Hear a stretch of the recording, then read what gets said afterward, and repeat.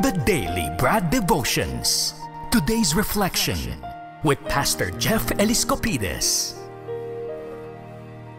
Season po ng Pasko. Ano po ba talaga yung reason for the season? Maganda po yung mga tinatakil natin since yesterday. Ano ba dahilan? Ba't siya bumaba and all? Ito po, another reason po for the season. Sa Mateo 1:23, magbubuntis ang isang birhen at manganganak ng isang lalaki. Tatawagin siyang Emmanuel. Ang ibig sabihin, kasama natin ang Diyos. In English po, pag sinabing Emmanuel, God with us. Ano po ba talaga ibig sabihin na to? Ano implikasyon na ang isang Diyos nagkatawang tao at naging tao dito sa lupa? For one, hindi ka nag-iisa. Pagka pakiramdam mo, hindi kasi nandiyan ka sa langit, sarap buhay mo dyan, wino-worship ka ng mga anghel, hindi ka makarelate sa akin. Di ba? Minsan, ganun po feeling natin. Kaya nga, sabi lagi ni Brad Ted, kaya hindi masolusyonan yung traffic. Karamihan sa politiko, may wangwang kasi hindi nyo na-experience mag-commute sa LRT, pumila ng 2 oras dyan sa mga bus lane, sa bus carousel. Kung bababa lang sila at maintindihan, ganito pala kahirap. Gumawa tayo na mas maayos na batas. Si God po, hindi ganon. Hindi siya nanatili sa langit at nakadungaw lang sa bintana ng kalangitan. Hirap na hirap naman yung mga nilikha ko. Hindi po. Siya po'y bumaba sa lupa. Even when we feel like parang nag-iisa ako, overwhelmed ka ng depression, anxiety, meron pong isang Diyos na nagkatawang tao na nasa tabi natin upang malaman mo, mahal kita. Hindi to simpleng statement lang. Ito po isang pangako at naging realidad nga po nung bumaba si Jesus 2,000 years ago. 3 lang pong powerful truths ang pag-uusapan lang natin ngayon. Number 1, pag sinabing God with us, unang-una po, yung una, God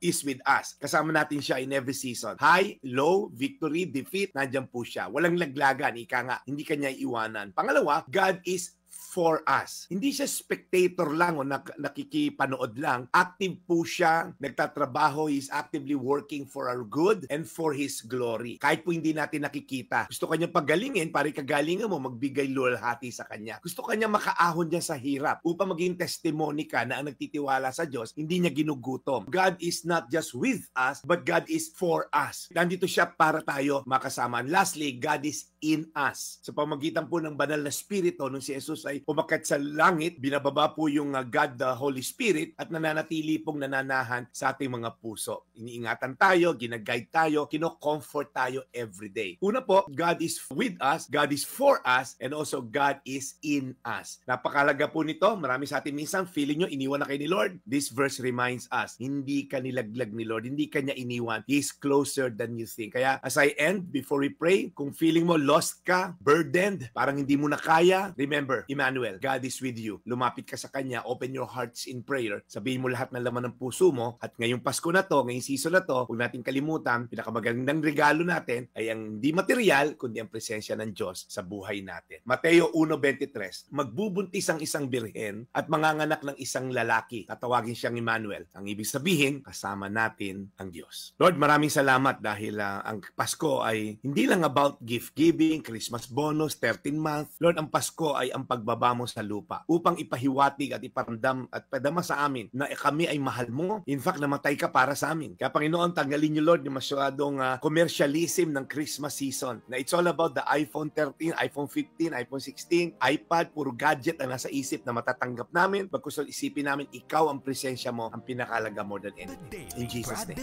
Amen. Today's reflection with Pastor Jeff Eliscopides.